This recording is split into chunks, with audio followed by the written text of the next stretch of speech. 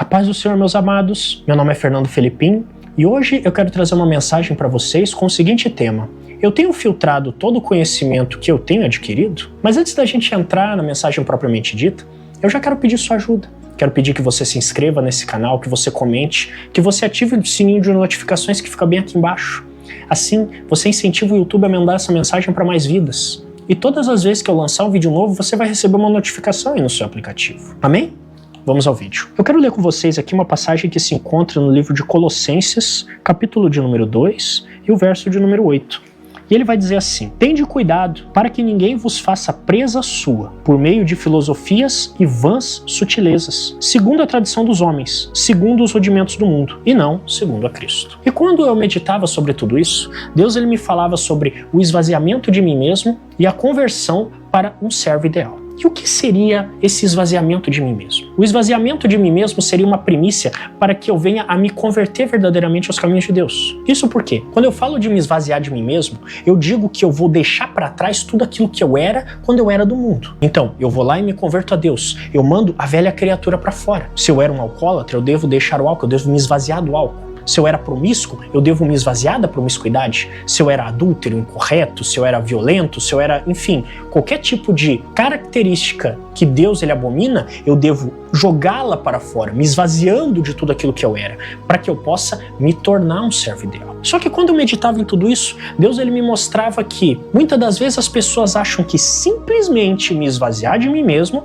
já é o suficiente para mim me considerar um filho de Deus. Que a abstenção de certas práticas já me justifica e santifica imediatamente. E Deus me mostrava que isso não está correto. Isso por quê? Porque a premissa de que eu pare, que eu me abstenha, que eu tire tudo de dentro de mim, não coloca outras coisas desejáveis dentro. Eu não consigo preencher o meu ser e o meu coração com certos tipos de ensinamentos de Cristo simplesmente colocando as coisas ruins para fora. É necessário que eu venha buscar sabedoria, instrução, modus operandi, segundo o que Jesus está me ensinando, para que eu venha aí sim me tornar um servo ideal. Como assim, pregador? Eu não entendi. Você pode me explicar de uma forma mais simples? Vamos lá. Vamos fazer uma analogia aqui. Eu quero que você pense na sua pessoa, ou nas pessoas que estão à sua volta, como copos, como receptáculos para algum tipo de líquido. Durante toda a sua trajetória, você vai adquirindo conhecimentos. Então, quando você era pequeno, você aprendeu que, por exemplo, quando alguém vem lhe agredir, você deve agredir de volta. Como meio de justiça,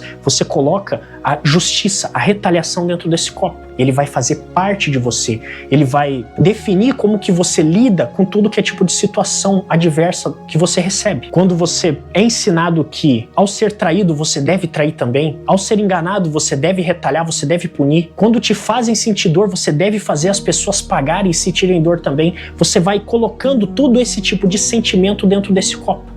E a mistura de todo esse material, ele vai se tornar a sua essência. E é com base nessa essência que nós lidamos com certas situações. Então, por exemplo, se uma pessoa ela aprendeu de forma constante de que o ódio e a agressão é a resposta para qualquer tipo de adversidade que ela enfrenta, você vai perceber que essa pessoa ela é extremamente agressiva. De que você ofende ela com palavras, ela vem te dar um soco. De que você engana ela, ela vem bater em você. De que qualquer coisa que você faça de mal, a violência é uma resposta. E você pode replicar isso de várias maneiras. Pessoas que aprenderam muita promiscuidade vão ser muito promíscuas. Pessoas que aprenderam muita maldade vão ser maliciosas. Pessoas que são muito falsas vão transmitir falsidade. E isso é unitário, de pessoa para pessoa. Só que quando nós nos tornamos, nos convertemos, aceitamos a Jesus, nós devemos retirar tudo isso de dentro de nós e nos abstermos disso. Mas o que Deus estava me falando é que simplesmente jogar isso para fora não vai me tornar uma pessoa boa. Porque como que eu vou exalar amor se eu não aprendi a amar? Se eu não coloquei amor dentro do meu coração? Se eu não comecei a projetar perdão para dentro de mim, como é que eu vou externalizar isso? E Deus ele me falava que tão importante quanto jogar algo ruim para fora é eu começar a colocar coisas boas para dentro. Porque no momento em que eu jogo o ódio para fora e começo a trazer amor para dentro, eu vou começar a amar mais as pessoas e não a odiar elas. Quando eu começo a jogar para fora retaliação, vingança e punição e começo a colocar perdão, misericórdia, clemência, eu começo a externalizar isso, eu começo a amar, eu começo a perdoar, eu começo a transmitir coisas boas. Isso por quê? Porque eu estou agregando coisas boas à essência, à minha personalidade, aí sim me tornando um servo. E como é que eu consigo fazer tudo isso, pregador? Como é que eu consigo trazer coisas boas para minha vida? E a resposta é muito simples. Eu só consigo fazer tudo isso aprendendo o que Jesus me ensina. Indo na igreja, orando e falando: Senhor, me faça uma pessoa que perdoa mais. Me faça uma pessoa misericordiosa. Me faça uma pessoa que ama mais e odeia menos. É nós lendo os exemplos que Cristo ele nos deixou na terra. De virar outra face. De orar por aqueles que nos amaldiçoam. De ajudar aquelas pessoas que nos prejudicam. É ouvindo a palavra de Deus. É lendo a palavra de Deus. É agregando conhecimento para as nossas vidas. Lutando para nos abstermos de velhos hábitos e lutando para que esses novos hábitos eles venham a fazer parte da nossa vida. E isso é muito bonito. Só que quando eu meditava em tudo isso, Deus ele me trazia um outro tipo de questionamento. Se isso é verdade, então por que as igrejas estão tão corruptas? Por que muitas das vezes nós entramos numa igreja e a gente tem uma sensação de julgamento? Eu não vou com uma roupa que as pessoas acham adequadas para a igreja e as pessoas começam a falar: quem é aquele que está entrando? Olha que saia pequena e ridícula que essa pessoa está usando.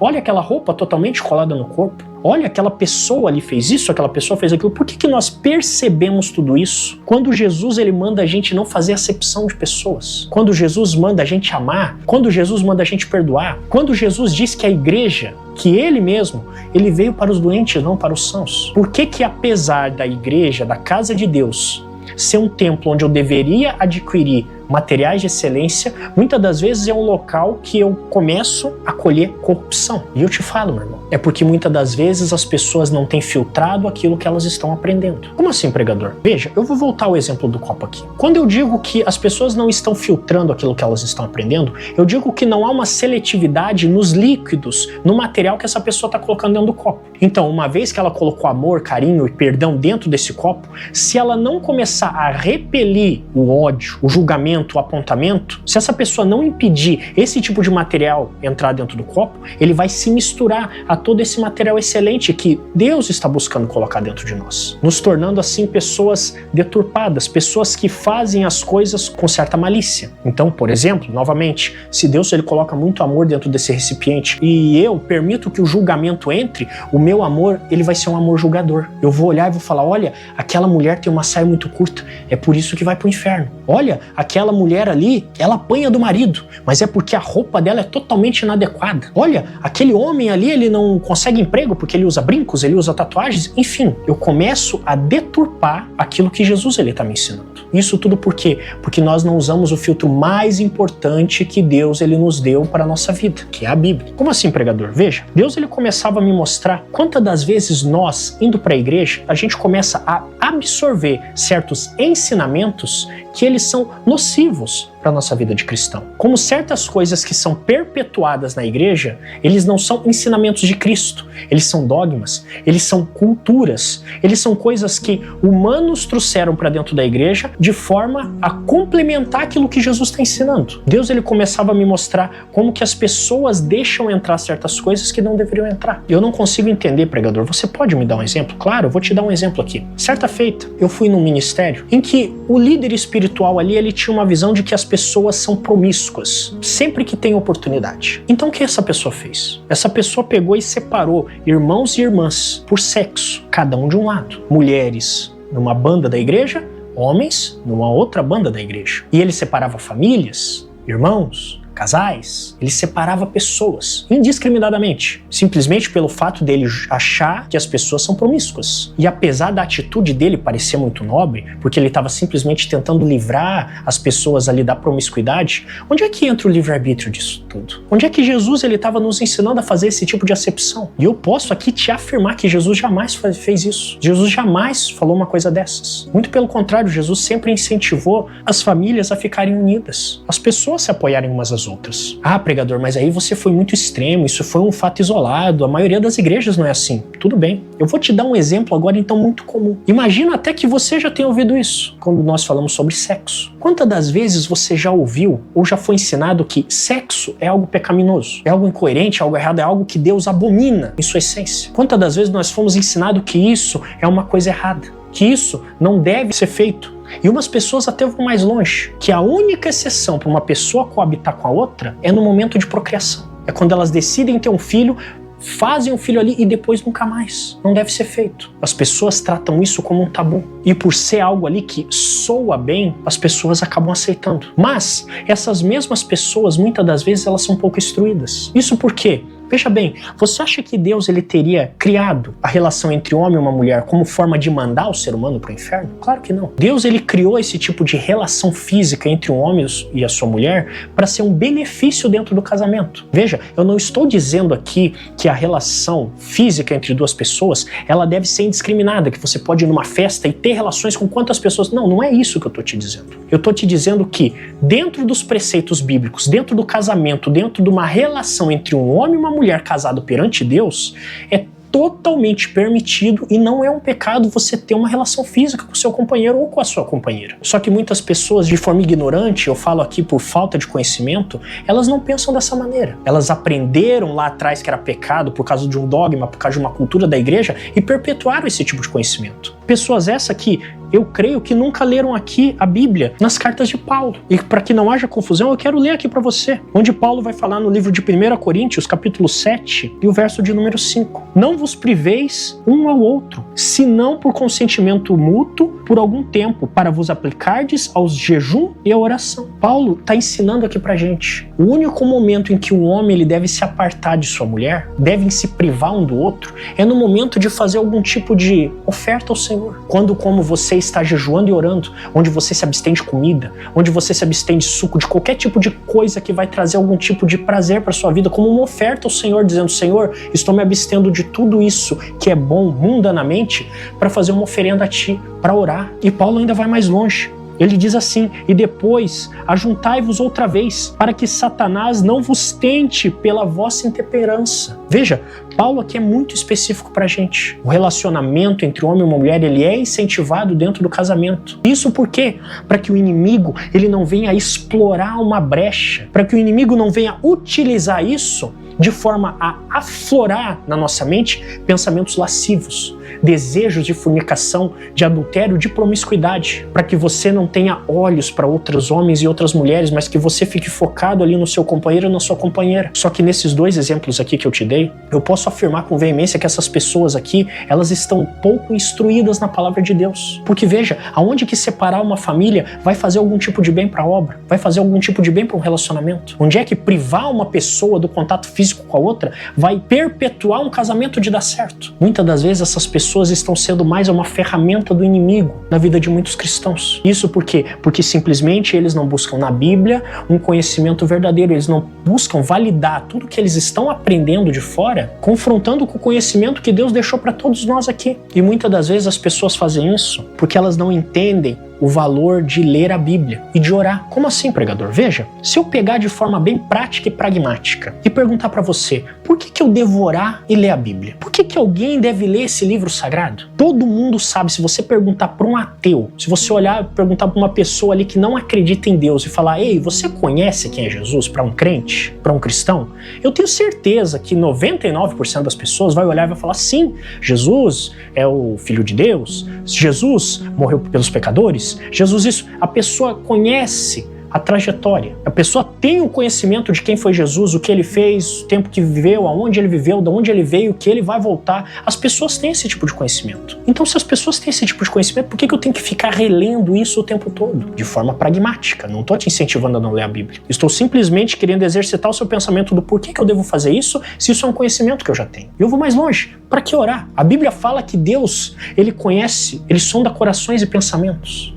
Ele sabe o que eu vou dizer antes de que isso saia da minha boca. Então por que eu tenho que manifestar, externalizar os meus pensamentos, os meus sentimentos, sendo que Deus já sabe? Para que eu devo orar? Pensando de forma pragmática e racional. E a verdade é que não existe uma justificativa para isso. Mas isso é uma coisa superficial de se pensar. Isso por quê? Porque se eu considerar a lógica, realmente não tem por que orar.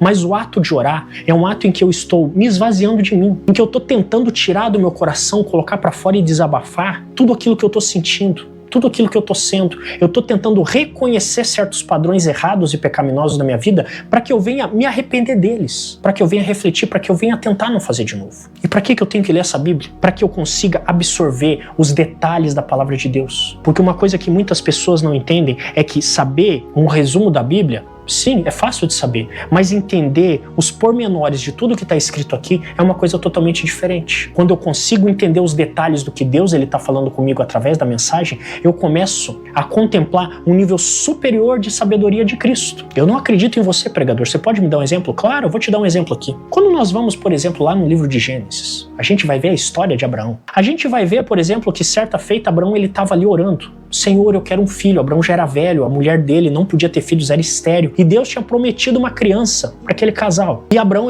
tá triste porque passaram-se anos e aquele filho não vinha. Ele estava velho, aquele filho não vinha. E no momento ali, Deus começa a falar com Abraão. Abraão, sai da tua tenda, vai lá para fora, olha as estrelas e conta.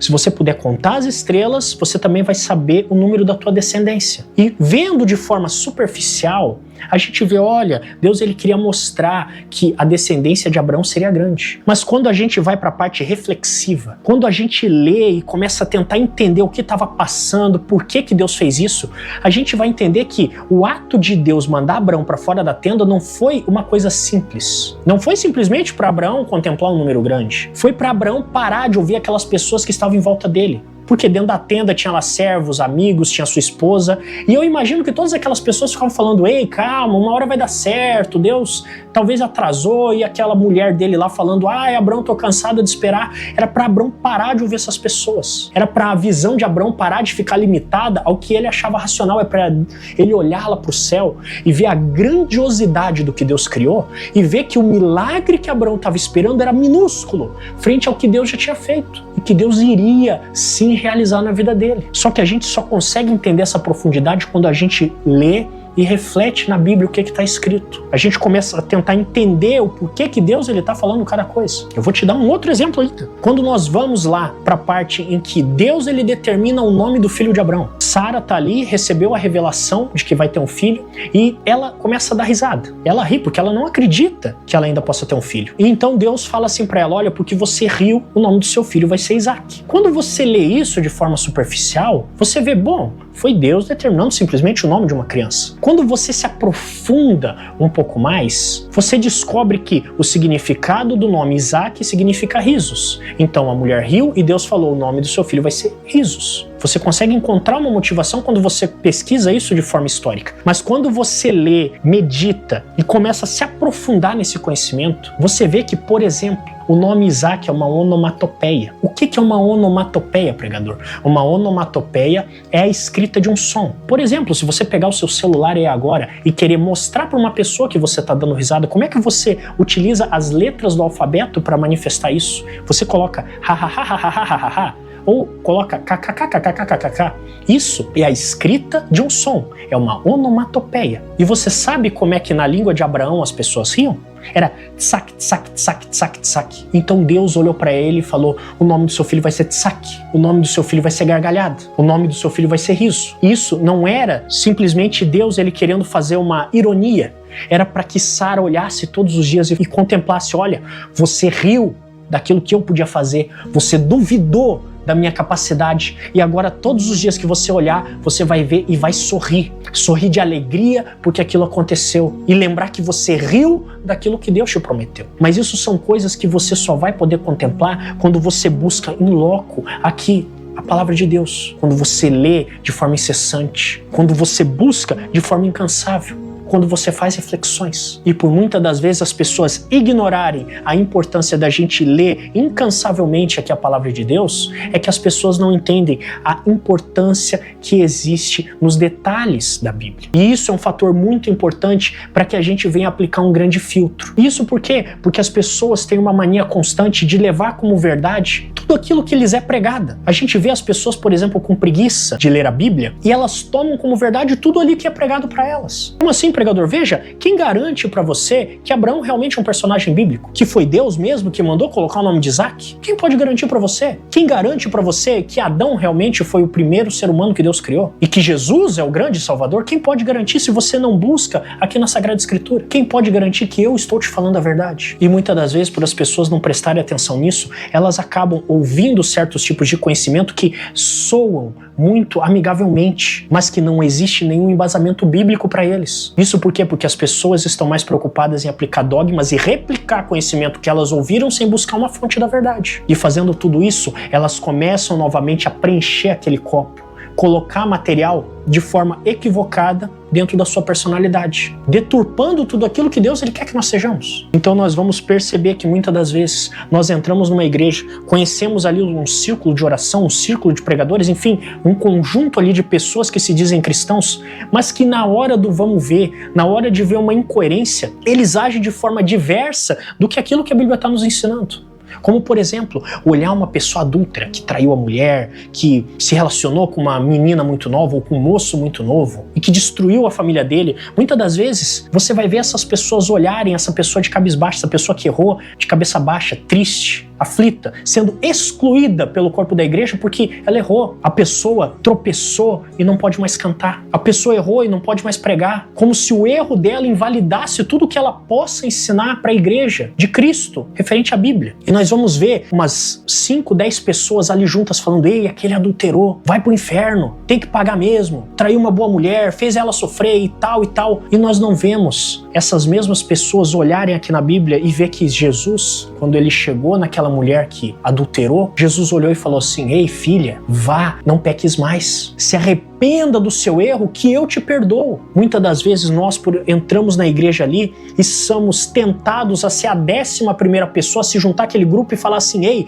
ele estava errado mesmo, agora ele tem que pagar pelo que ele fez. Mas eu quero dizer para você, meu irmão, que nós devemos ser muito mais do que isso. Nós devemos usar a Bíblia como um filtro, em que tudo isso é despejado na boca desse copo, mas a Bíblia, ela seja um filtro que determina o que vai descer e vai entrar no nosso coração e vai fazer parte da nossa essência, e o que vai ficar na superfície vai ser jogado fora depois. Porque uma coisa que Deus quer de nós é que nós não sejamos a 11ª pessoa a entrar naquele círculo e falar: ei, ele tá errado mesmo, mas que nós sejamos a primeira pessoa a entrar naquele círculo e falar: ei, ele errou, é verdade, mas vamos amar, vamos falar para ele que ainda existe salvação, vamos falar para essa pessoa que, apesar de todos os erros dela, Jesus ainda ama, que se ela se arrepender, existe salvação para sua vida, que Deus pode restituir o casamento, Deus pode restituir a família, Deus pode dar uma nova perspectiva de vida. Deus não quer que nós sejamos a 11ª pessoa a ir lá apontar, mas que nós sejamos a primeira pessoa a ir lá naquele homem ou naquela mulher que errou, que tá triste, tá cabisbaixo, e fala: ei, as pessoas estão te apontando, mas eu te amo, eu quero ver você levantar, eu creio que Jesus vai perdoar os seus pecados se você verdadeiramente se arrepender. Porque é essa distinção que nós devemos fazer. A gente não deve se apegar a tudo que nos é ensinado. Claro que sim, devemos dar valor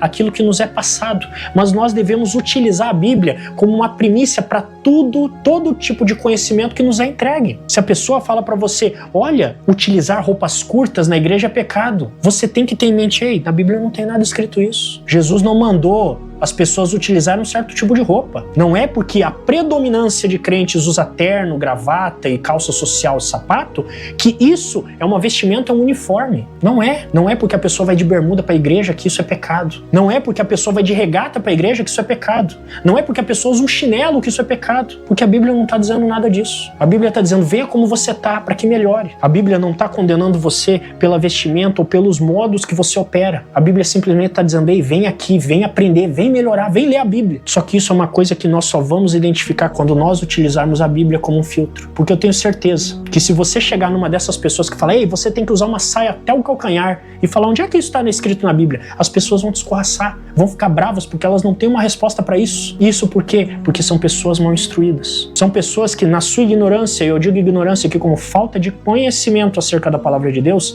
estão pregando doutrinas vãs. E eu quero advertir você nessa noite para tudo isso. Que você venha a meditar em tudo isso que Paulo está nos ensinando. Para que nós tenhamos cuidado, para que ninguém nos faça presa, para que as pessoas não nos enganem, não nos matem, por meio de filosofias e vãs sutilezas. Que as pessoas não possam nos enganar com palavras que parecem boas, mas não têm embasamento bíblico. Para que nós não venhamos seguir a tradição dos homens, seguir os rudimentos do mundo, mas para que nós venhamos aqui a abraçar o conhecimento que Cristo nos deu. Jesus não te chamou aqui para você ser só mais um no meio da multidão. Não é porque uma igreja inteira segue algum tipo de doutrina que você precisa seguir também. Eu não estou aqui invalidando tudo que você aprendeu. Eu estou te incentivando a buscar na Bíblia aquilo que você tem aplicado na sua vida. Como, por exemplo, do relacionamento físico entre um homem e uma mulher. Não é porque todas as pessoas consideram aquilo um pecado que aquilo verdadeiramente é algo que Deus condena. Porque eu tenho certeza, dentro dos preceitos que a Bíblia nos ensina do casamento e da fidelidade de um homem para com uma mulher, aquilo é totalmente válido. Eu quero dizer para você, meu irmão, você não precisa ser mais um no meio da multidão, você pode ser aquela pessoa que se destaca. Você não precisa, claro, ir lá e ficar confrontando todas as pessoas quando você vê alguma coisa errada. Mas você pode olhar para essas pessoas te ensinando essas coisas e falar: ei, a pregação que esse homem falou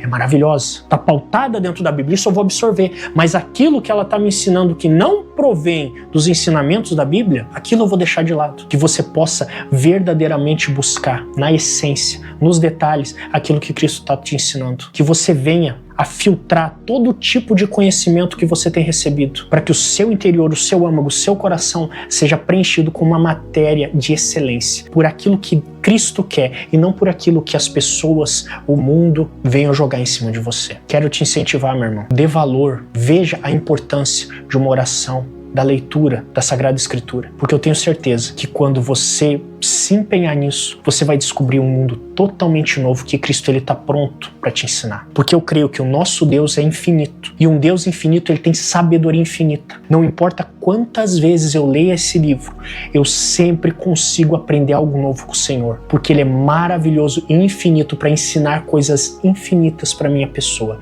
E eu, como uma pessoa de tempo limitado e de mente limitada, nunca vou aprender na totalidade tudo que esse livro imenso, rico e complexo pode me ensinar. Amém? Se você gostou desse vídeo, eu quero pedir mais uma vez a sua ajuda. Que você encaminhe essa mensagem para alguém que você acha que vai gostar dela. Que você seja um semeador da palavra de Deus nessa terra. Amém? Que Deus abençoe você e a sua família durante toda esta semana.